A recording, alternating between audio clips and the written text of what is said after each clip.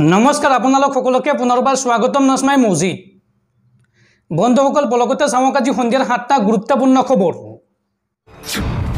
প্ৰথমটো খবৰ অষ্টাদশ লোকসভাৰ অধ্যক্ষ হিচাপে নিৰ্বাচিত হল এনডিআৰ ওম বিৰলা ধনী ফুটত পৰাস্ত হল ইণ্ডিয়া এলায়েন্সৰ কে সুৰেশ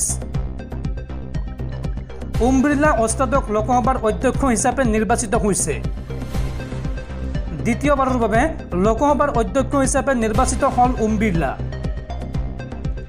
কোডিকুন্নিল সুৰেশক পৰাস্ত কৰি লোকসভাৰ অধ্যক্ষ হল ওম বিৰলা উল্লেখযোগ্য যে 1946 চনৰ পিছত আজি প্ৰথমবাৰলৈ অনুষ্ঠিত হৈছিল লোকসভাৰ অধ্যক্ষ পদৰ বাবে নিৰ্বাচন আৰু এই নিৰ্বাচনত ওম বিৰলা অধ্যক্ষ হিচাপে নিৰ্বাচিত হোৱাৰ পিছতেই ওম বিৰলাক অভিনন্দন জনাই প্ৰধানমন্ত্ৰী নৰেন্দ্ৰ মোদীয়ে পৰৱৰ্তী খবৰ মহাবিদ্যালয়ৰ নামভৰ্তিক লৈ মুখ্যমন্ত্ৰী হিমন্ত বিশ্ব শৰ্মাৰ ডাঙৰ ঘোষণা বছৰি 2 লাখতকৈ কম বাৰ্ষিক উপাৰ্জনৰ অভিভাৱকৰ সন্তানে লাভ কৰিব বিনামূলীয়া নামভৰ্তি আৰু এই নামভৰ্তিত অসুবিধা পালে জিলা আয়ুক্ত অথবা শিক্ষা বিভাগৰ সৈতে যোগাযোগ কৰাৰ আহ্বান মুখ্যমন্ত্ৰীৰ মহাবিদ্যালয়ৰ নামভৰ্তিক লৈ মুখ্যমন্ত্ৰীৰ ডাঙৰ ঘোষণা অসম চৰকাৰে প্ৰজ্ঞান ভাৰতী আঁচনিৰ অধীনত আগবঢ়াইছে বিনামূলীয়া নামভৰ্তিৰ সুবিধা বছৰি 2 লাখতকৈ কম উপাৰ্জনৰ অভিভাৱকৰ সন্তানে লাভ কৰিব এই বিনামূলীয়া নামভৰ্তিৰ সুবিধা বছৰি আনুমানিক 150 কোটি টকা ব্যয় সাপেক্ষে গ্ৰহণ কৰা হ'ব এই ব্যৱস্থা আৰু এই নামভৰ্তি প্ৰক্ৰিয়াত অসুবিধা পালে আপুনি যোগাযোগ কৰক জিলা আয়ুক্ত অথবা শিক্ষা বিভাগৰ সৈতে এই সন্দৰ্ভত মহাবিদ্যালয়ৰ অধ্যক্ষসকলৰ সৈতে 10 জুলাইত বৈঠকত বহিব মুখ্যমন্ত্ৰী হিমন্ত বিশ্ব শৰ্মা উল্লেখযোগ্য যে ৰেচন কাৰ্ডৰ জৰিয়তেও আপুনি কৰিব পাৰিব বিনামূলীয়া নামভৰ্তি আয়ৰ প্ৰমাণপত্ৰ অৰ্থাৎ ইনকাম চাৰ্টিফিকেটৰ সলনি আপুনি দিব পাৰিব ৰেচন কাৰ্ড পৰৱৰ্তী খবৰ সাৱধান ৰাজ্যবাসী ৰাজ্যত পুনৰ বতৰৰ ল'ব কালৰূপ আগন্তুক 24 ঘণ্টাত ৰাজ্যৰ কেইবাখনো জিলাত হ'ব পাৰে মুখলধাৰ বৰষুণ এই সন্দৰ্ভত এলাৰ্ট জাৰি বতৰ বিজ্ঞান কেন্দ্ৰৰ যিকোনো মুহূৰ্ততে ৰাজ্যত বতৰে ল'ব পাৰে কালৰূপ ৰাজ্যৰ কেইবাখনো জিলাত প্ৰবল বৃষ্টিপাত আৰু ধুমুহাৰ সতৰ্কবাণী বতৰ বিজ্ঞান কেন্দ্ৰৰ বতৰ বিজ্ঞান কেন্দ্ৰই জাৰি কৰিছে এই সতৰ্কবাণী আগন্তুক 24 ঘণ্টা সাৱধানে থকাৰ আহ্বান ৰাজ্যবাসীক আজি ৰাজ্যৰ 9খনকৈ জিলাত ইয়েলো এলাৰ্ট জাৰি কৰিছে বতৰ বিজ্ঞান কেন্দ্ৰই আৰু কাইলৈ ৰাজ্যৰ 5খন জিলাত অৰেঞ্জ এলাৰ্ট জাৰি কৰা হৈছে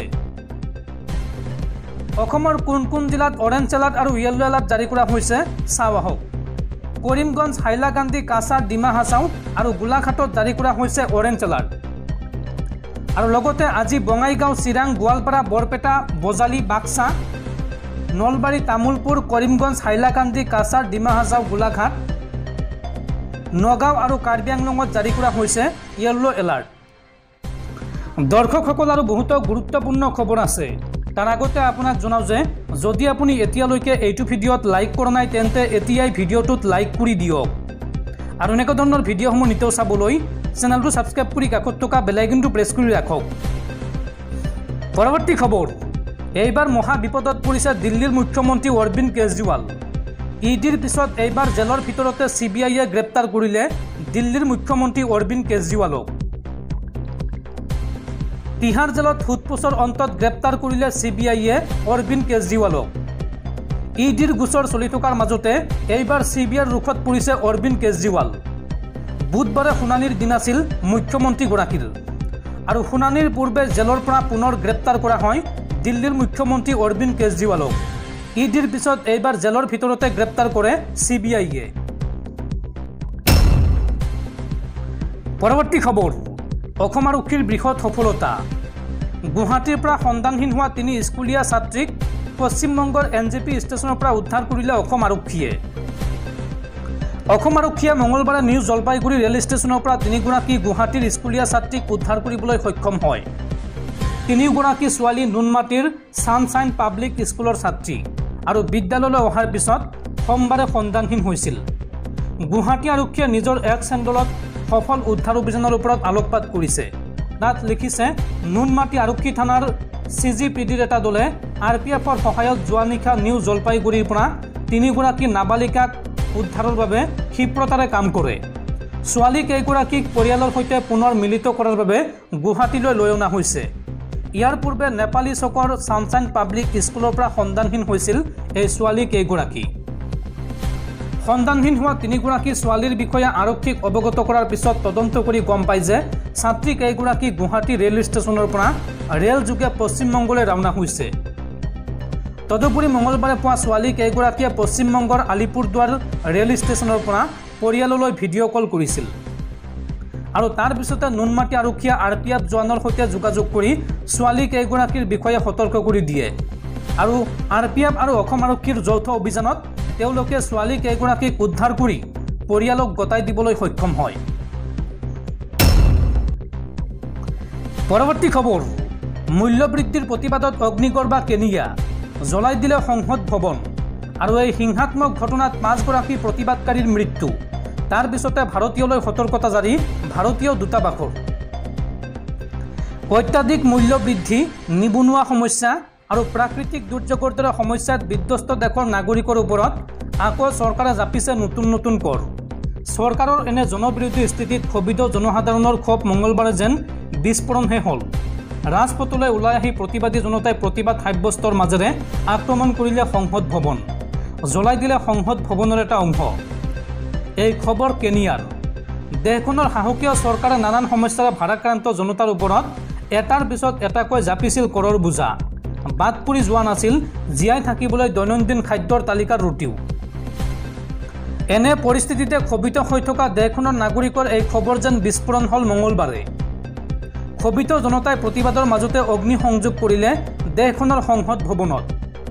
আৰক্ষীয়ে প্ৰতিৰোধমূলক ব্যৱস্থাৰ অংশ হিচাপে কৰা গুলীচালনাত মৃত্যু হৈছে 5 গৰাকী প্ৰতিবাদকাৰীৰ, আনহাতে আহতৰ কোনো সীমা সংখ্যা নাই। এনে পৰিস্থিতিত কেনিয়াত বাস কৰা প্ৰবাসী ভাৰতীয়সকলক উদ্দেশ্যি ভাৰতীয় দূতাবাসৰ তৰফৰ পৰা সতৰ্কতা জাৰি কৰা হৈছে। দেশখনৰ এটা স্থানৰ পৰা আন এটা স্থানলৈ ভ্ৰমণ নকৰিবলৈ আহ্বান জনাইছে ভাৰতীয় দূতাবাসে।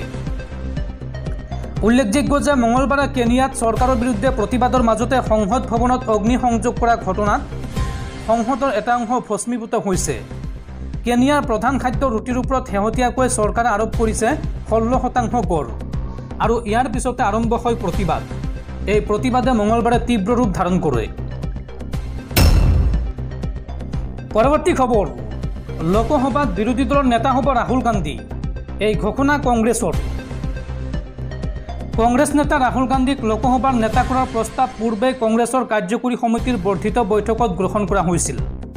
এইবাৰ দিল্লীত অনুষ্ঠিত ইণ্ডিয়াৰ বৈঠকত সৰ্বসন্মতিক্ৰমে ৰাহুল গান্ধীক বিৰোধী দলৰ নেতা হিচাপে নিৰ্বাচিত কৰা হয়।